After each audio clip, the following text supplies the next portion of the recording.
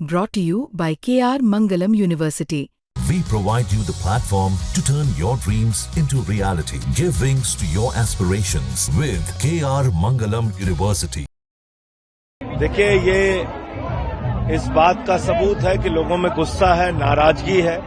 लगभग 40 लाख लोग दिल्ली की झुग्गियों में रहते हैं और उनको उजाड़ा जा रहा है भारतीय जनता पार्टी के द्वारा।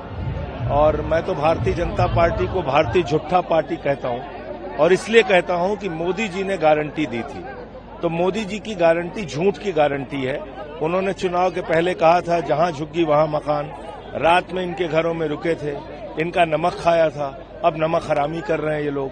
तो मुझे लगता है कि ये बहुत दुख की बात है कि हमारे यूपी, बिहार, पूर्वांचल के लोगों को ये लोग रोहिंग्या कहते हैं, बांग्लादेशी कहते हैं, ये अपमानित करते हैं रोज।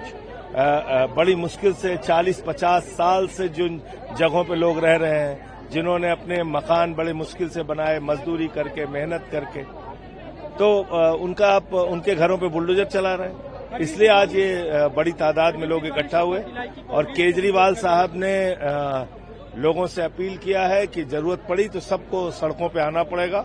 और जिस दिन इस दिल्ली की 40 लाख जनता सड़कों पे इकट्ठा हो जाएगी, किसी की हैसियत नहीं है कि उनकी झुग्गियां तोड़ दे। एक और मुद्दा है, जगदीप धनखड़ जो राष्ट्रपति, उनका एक बयान है जो संविधान को लेकर चल रहा है। उन्होंने कहा कि किसी भी देश के संविधान की प्रस्तावना आज तक नहीं बदलेगी, केवल ऐसा भारत में हुआ है और ऐसा नहीं होना चाहिए था जो अभी भंग चल रहा है। देखिए, मैं ये मानता हूं कि बीजेपी और आरएसएस इस देश के संविधान को नहीं मानती।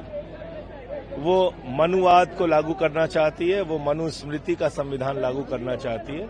इस देश के दलितों, पिछड़ों, आदिवासियों का हक मारना चाहती है, अल्पसंख्यकों का हक मारना चाहती है, और इसलिए वो ये कवायद चला रहे हैं। उनको धर्मनिरपेक्षता शब्द से आपत्ति है, उनको समाजवाद शब्द से आपत्ति है। आप बताइए, धर्मनिरपेक्षता क्या है?